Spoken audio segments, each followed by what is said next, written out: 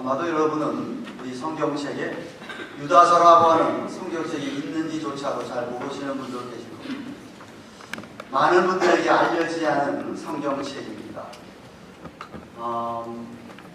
아마 여러분들이 여태까지 신앙을 하면서 유다서를 가지고 설교를 들어본 적이 아마 거의 없을 겁니다. 성경 공부한 적도 아마 거의 없을 것이고, 아마 성경 통독하기 때문에 아마 이렇게 스쳐 지나가듯이 읽은 적은 있을 것이죠. 저도 지난 29년 동안 우리 교회를 개척하고 여태까지 오면서 유다서를 설교해 본 적이 없습니다. 오늘이 그 첫 시간입니다. 감사하게도 하나님께서 요한 3서를 끝내게 하시고 그 다음에 우리에게 주신 유다서를 오늘 함께 시작하게 하셔서 감사합니다. 물론 한 장으로 되어 있기 때문에 다음 주에 마지막 부분을 보겠지만 말입니다. 유다라는 이름은 이스라엘 사회에서, 이스라엘 나라에서 아주 흔한 이름이었습니다. 여러분이 잘 아는 그 족장 아브람, 믿음의 조상 아브람, 이삭, 야곱. 그 야곱이 12아들이 있었는데 넷째 아들의 이름이 유다였습니다. 또 여러분이 너무나도 잘 알고 있는 예수님을 은 30에 팔아넘긴 배신한 가롯 유다, 그의 이름도 유다였습니다.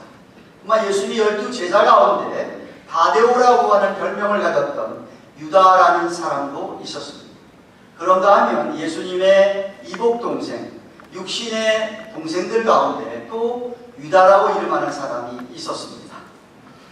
오늘 성경 이 유다는 많은 성경학자들이 예수님의 이복동생인 유다가 변화를 받고 사도가 된 후에 기록한 성경책이라고 그렇게 여기고 있습니다. 그는 1절에 보시면 자신을 이렇게 소개합니다. 예수 그리스도의 종이요 야고보의 형제인 유다라고 말합니다. 마태복음 13장 55절을 보시면 한 번에 예수님께서 고향에서 말씀을 가르치신 적이 있습니다. 말씀을 가르치는데 그 놀라운 가르침에 다들 듣는 사람들이 놀라워하고 그 능력에 놀라워하면서 사람들이 이렇게 얘기합니다. 그런 지혜와 능력이 어디서 나오냐? 이는 목수의 아들이 아니냐? 그 모치는 마리아, 우리가 잘 아는 마리아. 또 그 형제들은 야고보, 요셉, 시몬과 유다라 하지 않느냐라고 한 적이 있습니다. 다시 말하면 고향 사람들이 예수님의 형제들을 다 알고 있었습니다. 예수님의 육신의 형제들 가운데 오늘 성경을 기록한 유다도 있었는데 야고보가 또한 나오지요. 그래서 야고보가 자신의 형제라고 오늘 1절에 밝히고 있는 겁니다. 이 야고보와 마찬가지로 바로 유다는, 이 유다서를 기록한 유다는 예수 그리스도를 믿지 않았었습니다. 예수님께서 십자가에 돌아가시고 부활하기 전까지는 예수님을 믿지 않다가 부활하신 다음 후에 그제서야 예수님을 정말 믿게 된 그러한 유다였습니다. 그래서 믿음을 갖고 난 후에 사도로서 초대교회 성도들에게, 특별히 아마도 소아시아 지역에 있는 교회들 성도들에게 믿음을 지키라고 오늘 유다서를 기록해서 보낸 것 같습니다. 믿음을 위해서 싸우라고 합니다. 성령의 감동으로 편지를 쓰면서 1절에 보시면 유다는 그리스도인이 도대체 누구인가를 밝혀주고 있습니다. 1절을 다시 보십시오. 예수 그리스도의 종이요 야고보의 형제인 유다는 부르심을 입은 자, 곧 하나님 아버지 안에서 사랑을 얻고 예수 그리스도를 위하여 지키심을 입은 자들에게 편지하노라고 하였습니다. 첫 번째 슬라이드를 띄워주시죠. 여기서 유다는 성도 그리스도인은 부르심을 입은 자다. 하나님에게 사랑을 얻고 있으며 예수를 위해서 지키심을 받은 자라고 하는 세 가지의 예수 믿는 사람들의 정체성을 밝히고 있습니다. 과거에 로마서 1장 6절이나 8장 3절 얘기한 대로 과거에 하나님의 소명이 있어서 하나님이 세상에 있던 우리들을 다 과거에 불러주셔서 현재 하나님의 사랑을 받고 있으며 과거에도 하나님의 사랑으로 인해서 부르심을 받고 자녀가 됐지만 지금도 현재 시대입니다. 요한 1서 4장 8절 10절에서 본 것처럼 현재 하나님의 사랑을 우리가 입고 받고 있으며 미래에 하나님께서 우리를 지켜주실 것이다. 예수님을 위하여 지켜주시든지 예수님에 의해서 지키심을 받든지 학자들마다 여기 해석이 번역이 다르게 해석합니다만 중요한 것은 하나님의 백성들, 그의 자녀들, 그리스도인들은 우리 하나님께서 끝까지 지켜주시는 자라는 것. 이게 바로 그리스도인이라는 것이죠. 그래서 이런 복음을 받아들이고 진리를 믿는 믿음의 소유자가 우리들인데 자신이 영적 지도자로 사도로서 이 유다서 편지를 받아 읽을 독자에게 당연히 그렇기 때문에 긍휼과 평강과 사랑이 너희에게도 많을지어다라고 2절에 문안 인사를 하고 있는 것입니다. 요한 3서를 처음 시작할 때도 제가 말씀드렸습니다. 사도들은 목자적인 헐트를 가지고 이 서신들을 받아 읽는 독자들이, 양들이 하나님이 베푸시는 긍휼과 평강과 사랑이 많기를 바랬던 것이었습니다. 그리고는 3절에 자기가 이 유다서 편지를 쓰는 이유를 똑똑히 분명히 밝히고 있습니다. 3절 말씀 보십시오.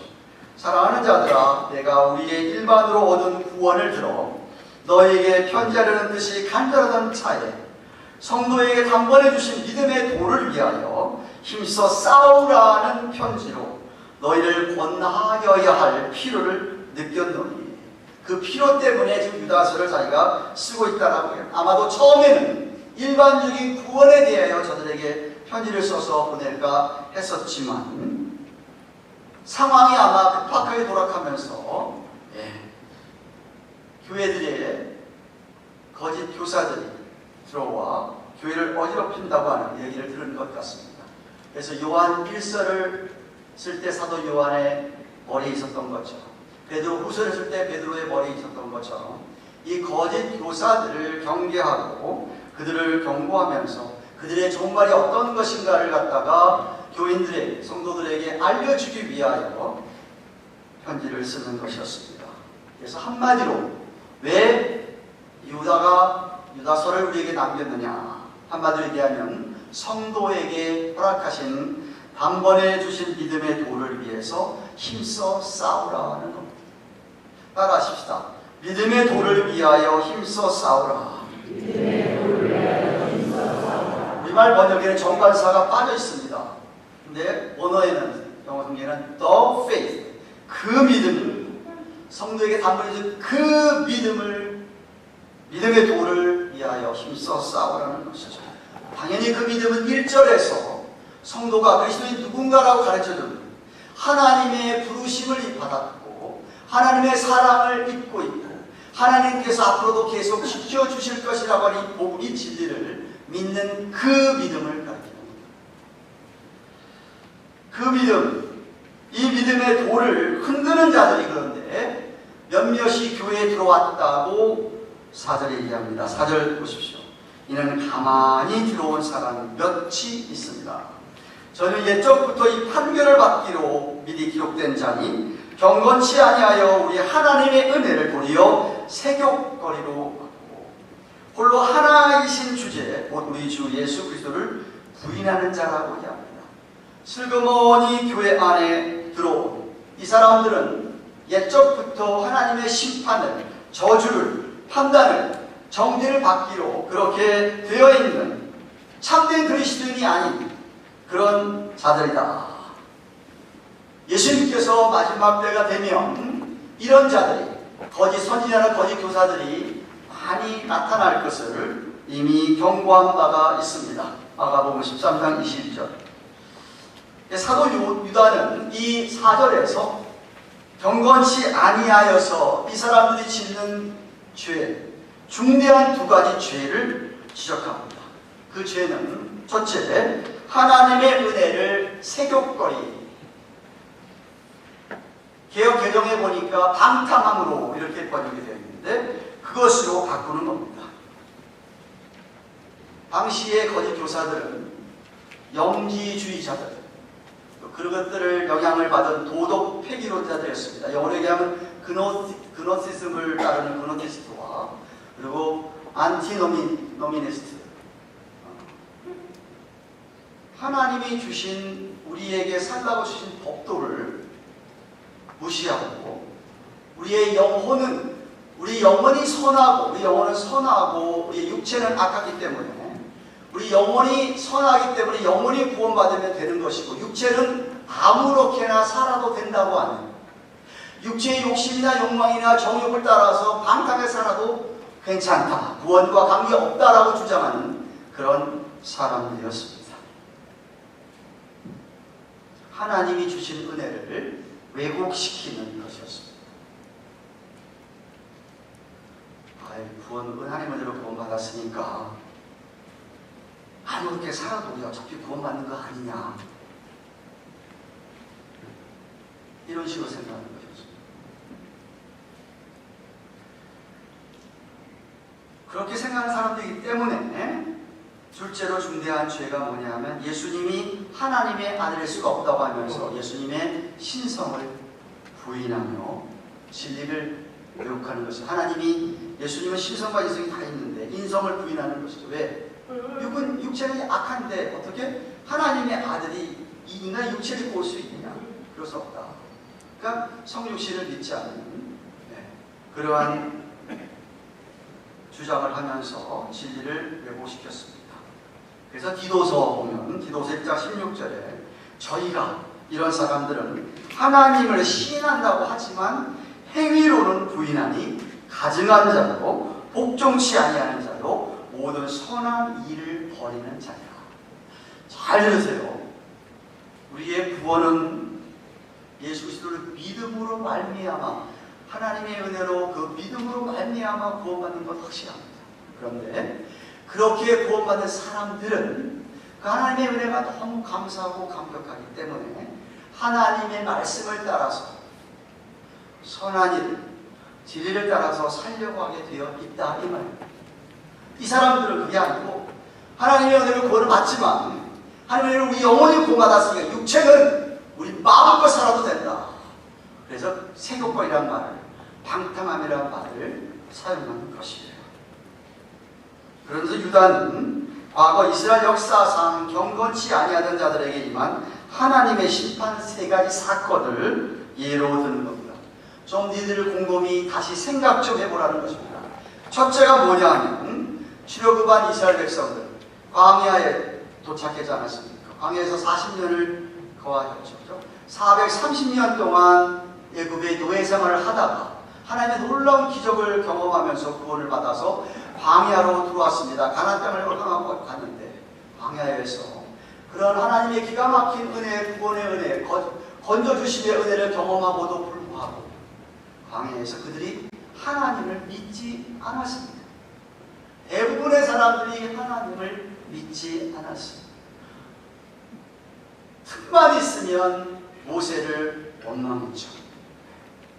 애굽의 사람들이 더 좋았는데 라면서 그렇게 원망했던 사람들 많았습니다.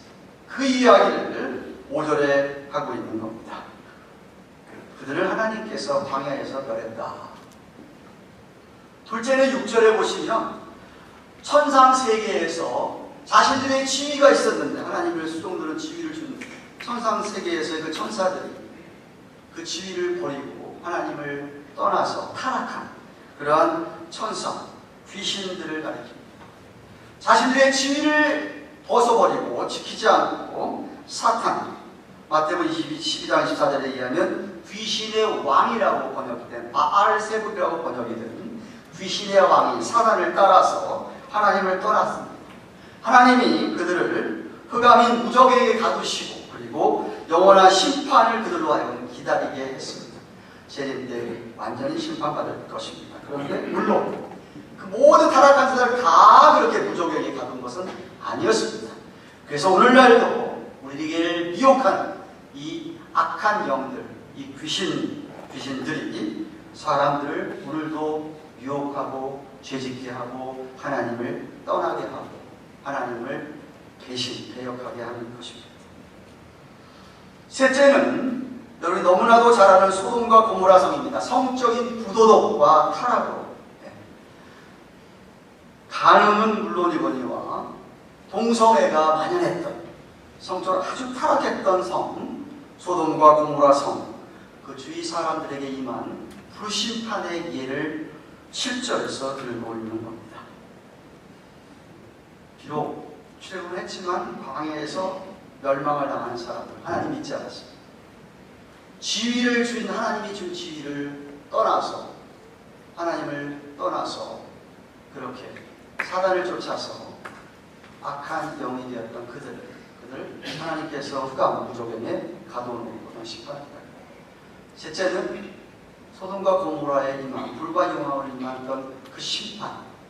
다시 말하면 지금 이 거짓 교사들이나 그들을 따르는 이 경건치 않은 사람들은 그러한 저주, 그러한 심판을 받게 된다는 것이죠.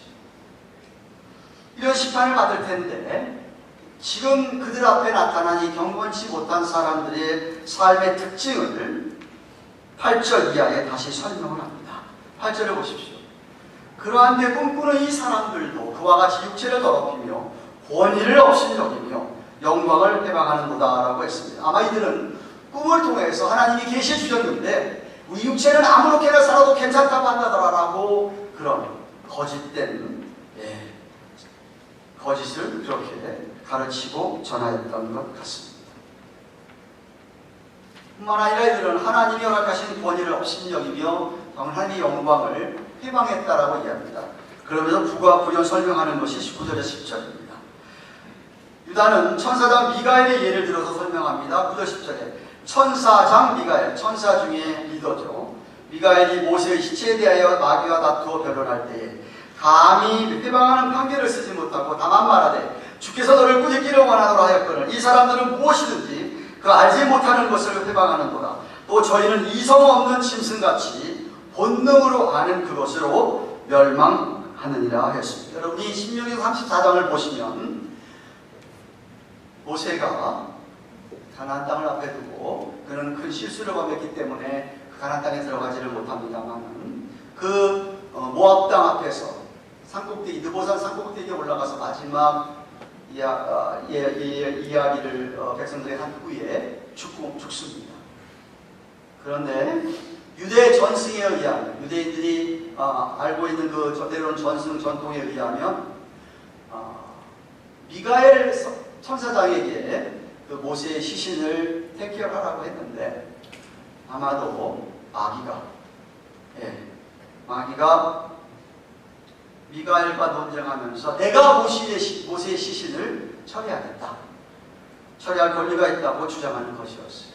그때 이게 천사장이기 때문에 미가엘에게 당연히 권세가 있고 권력이 있기 때문에 한 칼에 처치할 수도 있었지만 미가엘이 그렇게 하지 아니하고 주께서 직접 그를 꾸짖기를 원한다고 했다 이 말입니다.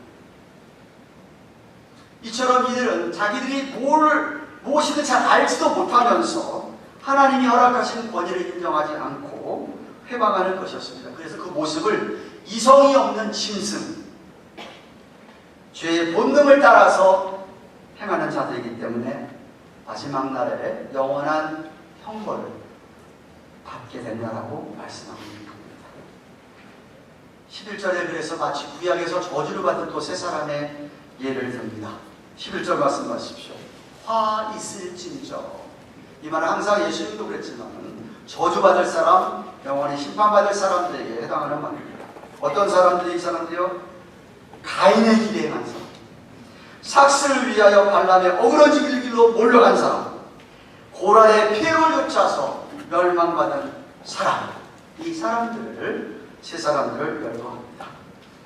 아시다시피 동생을 시기 질투하여서 어제 새벽 기도 때 우리가 살펴보았습니다. 가인은 제물을 무슨 곡식 제사를 드렸다고 해서 하나님께서 가인의 제사를 받지 않은 게 아니라고 했습니다. 가인과 그 제사를 받지 않고 아벨과 아벨의 제사를 받았다. 다시 말하면 가인의 삶 자체가 이미 틀린 삶, 믿음의 삶이 아닙니다. 그래서 가인과 그 제물을 받지 않았지만 아벨이 드린 재산을 받았다. 아벨의 삶을 받았다.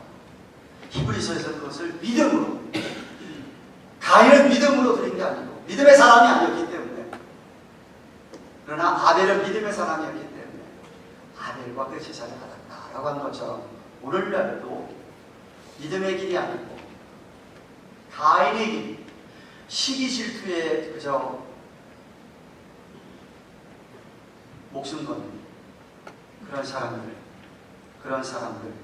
바로 이 거짓 교사들과 있다는 사람입니다. 발람 선지자는 어떤 사람이죠? 세상에 하나님께서 부름을 받은 이스라엘의 선지자가 삭 때문에, 돈 때문에 발락이라는 왕, 모압 왕에게 미혹돼가지고 자기 백성을 저주하는 그런 엄청난, 그 길을 막느라고 나귀까지 그에게 대항한 사실이 있으죠. 돈 때문에, 삭 때문에 사상에 자기 백성을 저주하려고까지 했던 발람 선지자. 셋째는 모세의 권위에 반역한, 하나님께 주신 모세 아론에게 주신 권위를 반역했던 고라, 그리고 그 자손들의 예를 들고 있는 것. 그러면서 여러분에게 더욱더 쉽게 이 사람들은 어떤 사람이었는지를 6가지 비유를 들어서 12절, 13절에 설명을 합니다. 12절, 13절 말씀 보십시오. 저희는 기탄 없이 너희와 함께 머무니 너의 애찬의 암초요, 자기 몸만 기르는 목자요, 바람에 불려가는 물 없는 구름이요, 죽고 또 죽어 뿌리까지 뽑힌 열매 없는 가을나무요, 자기의 수치의 거품을 뿜는 바다의 거친 물결이요, 영원히 예비된 캄캄한 흑암에 들어가는 유리한 별들이라 합니다. 경건하지 않은 이 사람들이 성도들과 함께 애찬을 나눕니다. 밥을 같이 먹습니다. 그런데 암초라고 표현합니다. 암초. 지난주에 제가 예를 들었던 타이타닉호가 배상을 지나서 뉴욕으로 오다가 암초에, 빙산의 암초에 걸려서 배가 파손되어 수많은 사람이 죽었듯이 성도들 같이 밥을 먹는데 성도들을 이간질해서 교회를 무너뜨릴 수 있는 그런 암초로 비유했습니다. 둘째는 자기 몸만 기르는 목자다. 이게 무슨 말이냐면 자기 이익을 위해서 자기가 쉬는 양들의 털을 자기 깎아서 자기가 취하는, 요한복음 10장에서 예수님이 얘기하신 사꾼 목사입니다. 사꾼 목자를 가리키는 것이죠. 셋째는 바람에 불려가는 물이 없는 구름이라고 얘기합니다. 팔레스틴 땅은 정말 물이 귀한 땅입니다. 하나님께서 건기와 우기를 딱 나누게 하셨기 때문에 우기 때 비가 오면 그들은 농작물을 실패하는 겁니다. 구름이 보이면 와, 구름이 오는구나. 그 구름이 비를 주는 것으로 알았습니다. 엘리야가 비가 오지 말라고 기도했다가 비가 다시 오라고 기도할 때 저쪽에 구름 한 조각 보고서는 하나님께서 하시느라고 알았듯이, 구름이 오는데 세상에 구름에 물이 없어. 비는 주지 않는 구름이야. 전혀 성도들에게 쓸모가 없고 유익이 안 되는 그러한 사람들이다, 이 말입니다. 넷째는 뿌리까지 뽑힌 열매 없는 가을나무라고 얘기합니다. 가을에 나무들에서 열매가 열리잖아요. 배가 열려야 되고 대추가 열려야 되고, 그렇죠? 네. 열매들이 열려야 되는 가을나무인데 열매들이 없어요. 뿐만 아니라 뿌리까지 뽑혀 있어. 완전히 죽은, 영적으로 죽은 나무로 비유하고 있는. 다섯째는 자기의 수치에 거품을 뿜는 바다의 거친 물결이라고 얘기합니다. 여러분, 여름에 바닷가 가면 파도가 몰려올 때 얼마나 기분이 좋습니까? 보기는 참 좋습니다. 그런데 파도가 물려오면서 바다에 있는 찌끼와 쓰레기들을 같이 함께 해변으로 몰고 들어오는 그런 바다 물결 같다. 보기는 좋은데 삶에서 쓰레기 냄새가 나고 찌끼 같은 게 나서 주위를 오염시키는 그런 삶이라고 비유하고 있는 겁니다. 여섯 번째는 캄캄한 흑암에 들어갈 유리하는 별이라고 해요. 이거는 잠시 있다가 사라지는 유성을 가리키는 겁니다. 와, 별 떴네, 좋아했는데 어느새 샥 사라집니다. 깜깜한 저쪽으로 사라지는 별들을 비유로 말하고 있습니다. 경건치 않은 사람들이 그런 사람들이었습니다. 마지막으로 유다는 우리에게 잘 알려지지 않는 유대 전승의 위경, 수도그라프라고 하는 에녹서를 인용하면서 경건치 못한 교사들에 대한 심판의 필요성을 강조합니다. 14절 15절 말씀 보십시오. 아담의 7세손 에녹이 사람들에 대하여도 예언하여 이르기를 보라, 주께서 그 수많은 거룩한 자와 함께 임하셨나니. 이 이야기는 앞으로 예수님이 재림하실 때 거룩한 성도들과 함께 임하는 것을 말씀하시는 것이었습니다.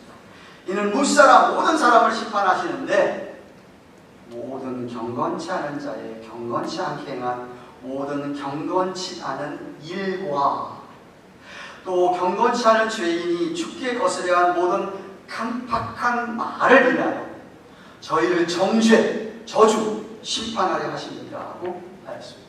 신과 성경에서도 주님 재림하시면은 그렇게 주께서 천군천사와 함께 오셔서 미리 우리보다 앞서 죽어 주님과 함께 영원히 갔던 그 사람들의 시체를 다 끌어올려서 주님이 그들과 함께 우리에게 오는데, 그때는 세상을 심판할 때인데 그때 모든 경건치 않은 자의 경건치 않게 한 그 모든 행동과 모든 강팍한 말을 정죄, 심판하실 것이라고 말합니다. 15절 한 구절에 경건치 않으리라고 하는 경건하는 말에 부정사를 썼습니다. 그래서 전체도 합성 형사처럼 쓰였는데 그 말을 4번씩이나 강조하고 있습니다. 경건치 않다. 영어 번역에 godless, 다시 말하면 하나님이 없는, 혹은 ungodly, 진짜 불경건한 그로 번역이 될 수 있는 그런 단어입니다. 그 사람들이 하는 말과 행동에 대한 심판이 있을 것이라고 이야기합니다. 그러면서 구체적으로 그게 무엇인가를 16절 마지막 절 설명합니다. 이 사람들은 원망하는 자며 불만을 토하는 자며 정욕대로 행하는 자, 그 입으로 자랑하는 말을 내며 이를 위하여 아첨하느니라고 설명합니다. 다시 말하면 15절에 얘기한 주께 거스려한 강팍한 말이 어떤 말이냐? 원망하는 말, 불만의 말, 자랑하는 말, 아첨하는 말.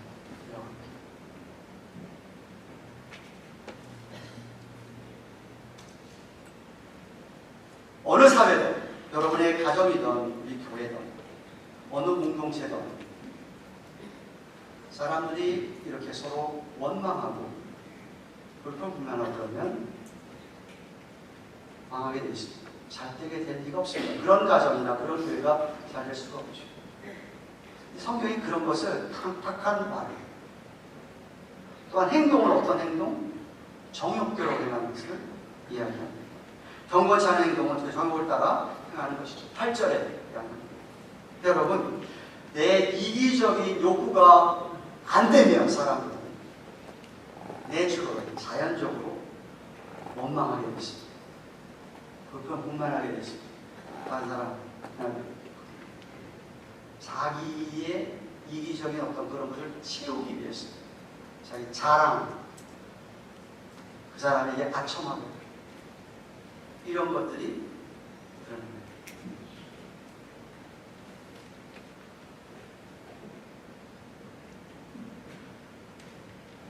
참 믿음이 없는 자들에게서 나타나는 말과 행동을 구체적으로 알려주었습니다. 사랑하는 가든교회 교회 여러분, 말씀드렸습니다. 자, 지난주에도 여러분에게 잠시 언급을 했습니다. 여러분이 내가 예수를 믿고 어떻게 신앙생활할 것인지 여러분이 생각하고 결정해서 해야 합니다.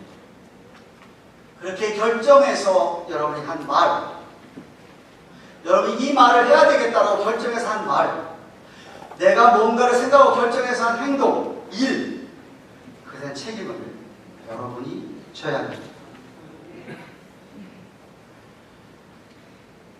하나님의 주권을 믿는다고, 하나님이 다 알아서 하시고 다 하신다고 하면서 하나님의 주권을 믿는다고 우리가 할 책임을 감당하지 않는 것은, 그것은 샤머니즘이나 신비주의자들의 생각입니다. 무슨 말입니까?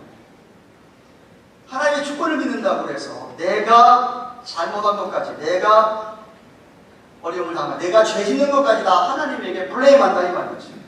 하나님의 주권, 하나님이 다 알아서 하시는 대로 하면서 말입니다. 내 책임은 전혀 생각하지 않는 것이죠. 아담과 하와가 먹지 말라고 하는 선악과를 따먹고서는 만약에 하나님이 선악과 안 만들었으면 죄가 안 지었을 거 아닙니까? 라고 대드는 거랑 똑같은 거예요. 잘 들으세요. 하나님께서 우리 인간을 창조하실 때 로봇처럼 만드시지 않으셨어요. 기계처럼 하나님이 다 눌러가지고 자체다 하면 다 알아서 하고 이렇게 그렇게 만들지 않으셨어요. 여러분에게 다 지정의 하나님 형상을 따라서 여러분이 뭔가 선택과 결정할 수 있도록 허락하셨어요. 우리에게 원하시는 게 뭐냐면 우리가 무언가를 선택하고 결정할 때는 믿음을 가지고 하라는 것이죠. 믿음을 가지고 생각하고 선택하고 결정하도록 우리를 만드신 겁니다. 물론 우리는 늘 마귀의 유혹을 받습니다. 시험을 받습니다. 그때마다 저와 여러분이 믿음을 가지고 하나님 편을 택하는 겁니다. 그게 믿음을 지키는 겁니다. 여러분, 믿음이 좋은 사람이 저는 그런 사람이라고 생각합니다. 뭐 말을 많이 알고 있는 사람이 믿음이 훌륭한 사람이 아니고요. 여러분, 학생들이요, 공부 잘하는 학생하고 공부 잘 못하는 학생하고 뚜렷한 차이가 하나 있습니다. 뭔지 아세요? 공부를 잘하는 학생들은 내가 공부를 하겠다고 마음먹고 실제로 공부를 하는 학생들인데, 공부를 못하는 학생들은 마음을 먹고 공부를 안 하는 학생들입니다. 이렇게 동기를 받아가지고 오늘은 내가 정말 공부해야지 하고서 책상에 앉아가지고서 공부해봐야 되겠다고 실컷 뭐 이것저것 정리하고 다 하겠다고서는 시간 보니까 너무 늦었어. 오늘 자고 내일 해야 되겠다. 이런 사람들. 그냥 절대 공부를 못하는 사람들. 공부를 안 하니까. 공부해야 되는 거 알면서도 핑계대는 것이요. 공부를 안 하기 때문에 못하는 거예요. 신앙생활을 잘하는 사람, 믿음이 정말 탁월한 사람도 어떤 사람들이냐? 내가 한두 가지 알아도 그것대로 내가 사는 사람이죠. 믿음대로 사는 사람이죠. 알면서도 그대로 안 하는 사람, 죄송하지만 교회를 몇십 년 다녀도 믿음이 별로 없는 사람.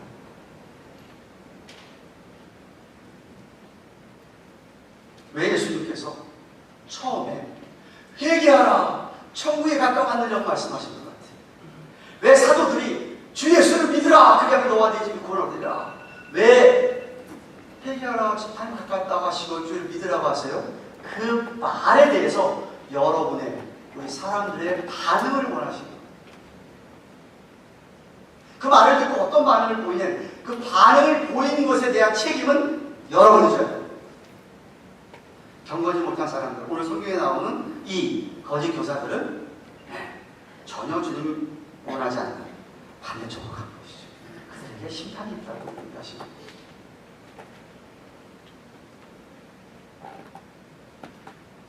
우리는 우리가 믿는 대로 어떻게 하겠다고 결정한 대로 살아갈 책임이 우리에게 있다. 그렇게 살아갈 수 있도록 더군다나 우리 믿는 사람 안에는 성령님을 보내주셨다. 여러분이 책임이 뭐냐? 성령님이 인도하시는 대로, 말씀이 깨닫게 하시는 대로, 오늘 성경 설교를 들은 대로 그대로 따라서 살아갈 책임이 여러분에게 있는 거죠. 그게 오늘 말씀하시는 믿음의 도를 힘써 지키라는 거예요. 오늘 설교 요약입니다. 슬라이드를 올려주세요. 사도 유다는 교회 안에 스그머리 들어온 거짓 교사들의 정체를 드러내면서 마귀들의 영과 마귀의 영들과 싸워서 믿음의 도를 지키라고 했는데, 그 얘기하기 전에 먼저 우리는, 예수 믿는 사람들은 어떤 사람들이냐? 첫째는 하나님 아버지로부터, 맨 첫 번째 슬라이드, 하나님 아버지로부터 부르심을 입은 자들이라고 해요. 하나님 아버지로부터 부르심을 입은 자들이다. 둘째는 하나님의 큰 사랑 안에서 오늘도 살고 있는 사람들이다. 앞으로도 우리 하나님께서 우리를 지켜주실 것이다 라는 겁니다. 믿으시길 바랍니다. 그 믿음 가지고 오늘 예배당에 예배로 오실 줄로 믿습니다. 그게 그리스도인들, 참된 그리스도인들. 근데 거짓 교사들은 하나님의 은혜를 자신의 정욕을 채우는 데 사용하였습니다. 예수 그리스도의 인성을 부인하는 자들이라고 했습니다. 타락한 천사들처럼 하나님이 권위를 업신여기고 그 영광을 회방하는 자라고 했습니다. 그래서 그들은 마치 출애굽을 했지만 광야에서 죽은 멸망당한 사람들과 같다. 하나님의 주인 지위를 지키지 않고 하나님을 떠나버린 타락한 마귀, 타락한 영들, 그들과 같다. 불시판을 받은 소돔과 고모라 던 사람들과 같다라고 오늘 말씀을 하셨습니다. 그래서 이성이 없는 짐승처럼 본능을 따라서, 죄의 본능을 따라 살기 때문에 가인의 길로 가는 사람, 돈을 따라서 발람의 선제의 길을 가는 사람, 그리고 또한 모세의 권위에 반역을 하고 그랬던 고라 그 자손들처럼 멸망을 받을 것이라고 했습니다. 더 구체적으로 그들은 교회의 암초라고 했습니다. 그들은 삭군 목자라고 했고 물 없는 구름이라고 했고 뿌리 뽑힌 가을나물, 수치의 거품을 뿜는 바다에 거친 파도고 캄캄한 흑암에 돌아가 유리하는 별이라고 했습니다.